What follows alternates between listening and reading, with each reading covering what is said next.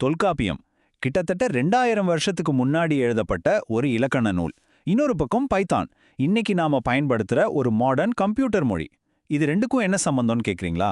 சம்பந்தமே இல்லாத மாதிரி தெரியற இந்த ரெண்டு விஷயத்தையும் இணைக்க முடியுமா? முடியும். அதுவும் எப்படின்னு தான் நம்ம இப்போ பார்க்க போறோம். இந்த இணைப்பு நிஜமாவே ரொம்ப ஆச்சரியமா இருக்கும். உங்க மனசுல ஒரு கேள்வி இப்ப வரலாம்.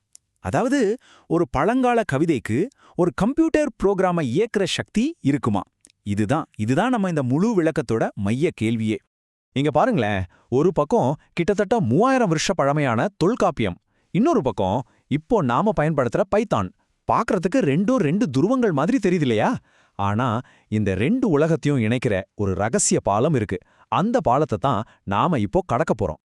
ஓகே, நம்மளோட பயணம் எப்படி இருக்க போகுதுன்னு பார்க்கலாம். முதல்ல தொல்காப்பியத்தோட அந்த பழமையான விதியை அலசுவோம்.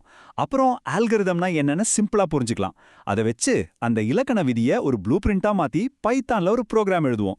கடைசியா இதெல்லாம் எதுக்கு செய்றோம், இதோட பெரிய அர்த்தம் என்னன்னு தெரிஞ்சுக்கலாம். சரி, நம்ம பயணத்தோட கட்டத்துக்குள்ள போகலாம். தொல்காப்பியத்தோட அந்த ஆழமான விதிக்குள்ள நம்ம கவனத்தை திருப்புவோம். தொல்காப்பியத்தோட நூற்பா 8 என்ன சொல்லுதுன்னா, ஔகார இருவாய் பன்னீர் எழுத்தும் உயிர் என மொழிபா. சிம்பிளா சொல்லணும்னா, ஆள ஆரம்பிச்சு அவுள முடியிற அந்த 12 எழுத்துகளும் உயிர் எழுத்துகள். இது வெறும் ஒரு இலக்கண விதி மாதிரி தெரியலாம். ஆனா நல்லா கவனிச்ச பாருங்க, இது ஒரு தெளிவான, துல்லியமான, லாஜிக்கலான ஒரு கமெண்ட். ஒரு கம்ப்யூட்டருக்கு தேவையானதும் இந்த மாதிரி ஒரு கட்டளை தான். அப்போ இந்த பழங்கால கவிதையையும் இந்த நவீன கோடியும் இணைக்கிற அந்த பாலம் எது? அதுக்கு பேருதான் அல்காரிதம். அல்காரிதம். இந்த வார்த்தையை கேட்டு பயப்பட வேண்டாம். ரொம்ப சிம்பிள். ஒரு வேலையை எப்படி செய்யணும்னு ஸ்டெப் பை ஸ்டெப்பா சொல்ற ஒரு வழிமுறைக்கு பேர் தான் அல்காரிதம். சொல்லப்போனா, ஒரு பிரச்சனைக்கு தீர்வு காண்றதுக்கான ஒரு தெளிவான பிளான். இங்க பாக்குற மாதிரி தான் ஒரு இன்புட், அதாவது உள்ளீடு கொடுக்கறோம். அது சில விதிகளை பயன்படுத்தி நாம எதிர்பார்க்கிற ஒரு அவுட்புட்டை, அதாவது வெளியீட்டே கொடுக்குது.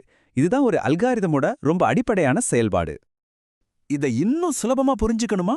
ஒரு உயரமான மாமரத்துல ஒரு மாம்பழம் இருக்குன்னு வச்சுக்கோங்க. அதை எப்படி பறிப்பீங்க? சும்மா எடுத்தோம் கவிழ்த்தோன்னு ஏற மாட்டோம் இல்லையா? எந்த கிளைய பிடிச்சா சரியா இருக்கும், எங்க காலை வச்சா வழுக்காதுன்னு மனசுக்குள்ள ஒரு பிளான் போடுவோம்ல, அந்த பிளான் தான் அல்காரிதம். இப்போ நாம கணினிக்கும் இதே மாதிரி தான் ஒரு பிளான் போட்டு கொடுக்க போறோம். சரி, இப்போ தொல்காப்பியர் சொன்ன அந்த இலக்கண விதியை எடுத்து ஒரு கம்ப்யூட்டர் புரிஞ்சுக்கிற மாதிரி படிப்படியான வழிமுறைகளா மாத்தலாம் வாங்க. முதல்ல என்ன பண்ணணும்?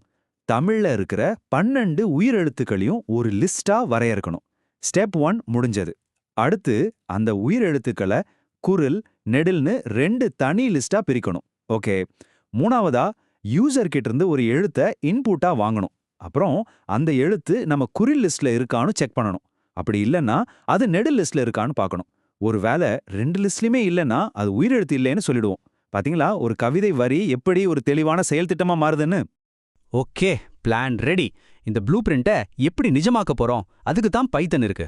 வாங்க இந்த திட்டத்துக்கு உயிர் கொடுக்கலாம். இதுக்கு நமக்கு சில பைத்தான் கமாண்ட்ஸ் தேவைப்படும். இன்புட்ன்றது யூசர் கிட்ட இருந்து எழுத்தை வாங்க உதவும். இன் அப்படின்றது அந்த எழுத்து நம்ம லிஸ்ட்ல இருக்கா இல்லையான்னு செக் பண்ணணும். அப்புறம் இஃப், எலிஃப், எல்ஸ் இந்த 3 சேர்ந்து ஒருவேளை இப்படி இருந்தா இதை பண்ணு, அப்படி இல்லைன்னா அதை பண்ணுன்னு முடிவெடுக்கிறதுக்கு உதவும்.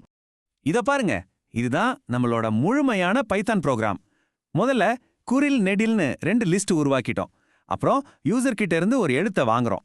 கடைசியா அந்த இஃப், எலிஃப், எல்ஸ் லாஜிக்கை வச்சு கொடுத்த எழுத்து குறிலா, நெடிலா இல்ல உயிரெழுத்தே இல்லையான்னு கண்டுபிடிச்சு சொல்றோம். நம்மளோட ப்ளூ பிரிண்ட் அப்படியே ஒரு ஒர்க்கிங் கோடா மாறிடுச்சு பாத்தீங்களா? சரி, ஏதோ ஒரு பழங்கால விதியை வச்சு ஒரு சின்ன ப்ரோக்ராம் எழுதிட்டோம். இதனால என்ன ஆக போகுது? இது எதுக்கு முக்கியம்? இந்த சின்ன பயிற்சியோட உண்மையான அர்த்தம் என்னன்னு இப்ப பார்க்கலாம்.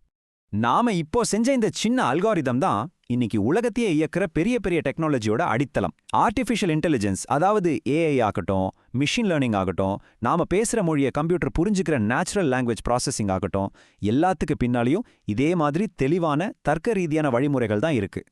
ஆனா இதோட ஒரு முக்கியமான விஷயம் இருக்கு. இதே வழிமுறை நம்மளோட கலாச்சார பாரம்பரியத்தை பாதுகாக்கிறதுக்கும் அது கூட ஒரு புது வழியில பேசுறதுக்கும் ஒரு சக்தி வாய்ந்த கருவியா அமையுது. இதன் மூலமா பழைய நூல்கள்ல இருக்கிற ஞானத்தை வெறும் ஏட்டுச்சுரைக்காயா இல்லாம இன்னைக்கு நாம பயன்படுத்தக்கூடிய, உரையாடக்கூடிய ஒரு டிஜிட்டல் வடிவத்துக்கு மாத்த முடியும். தொல்காப்பியத்தோட ஒரு சின்ன விதி ஒரு கம்ப்யூட்டர் புரோகிராமா மாற முடியுதுன்னா ஒரு நிமிஷம் யோசிச்சு பாருங்க. நம்மளோட இலக்கியங்கள்லயும் பழங்கால நூல்கள்லயும் இன்னும் எவ்வளவு ஞானம் மறைஞ்சிருக்கு. அடுத்து எந்த பண்டைய அறிவை நாம கோடா மாத்தி இந்த உலகத்துக்கு கொண்டு வர போறோம்?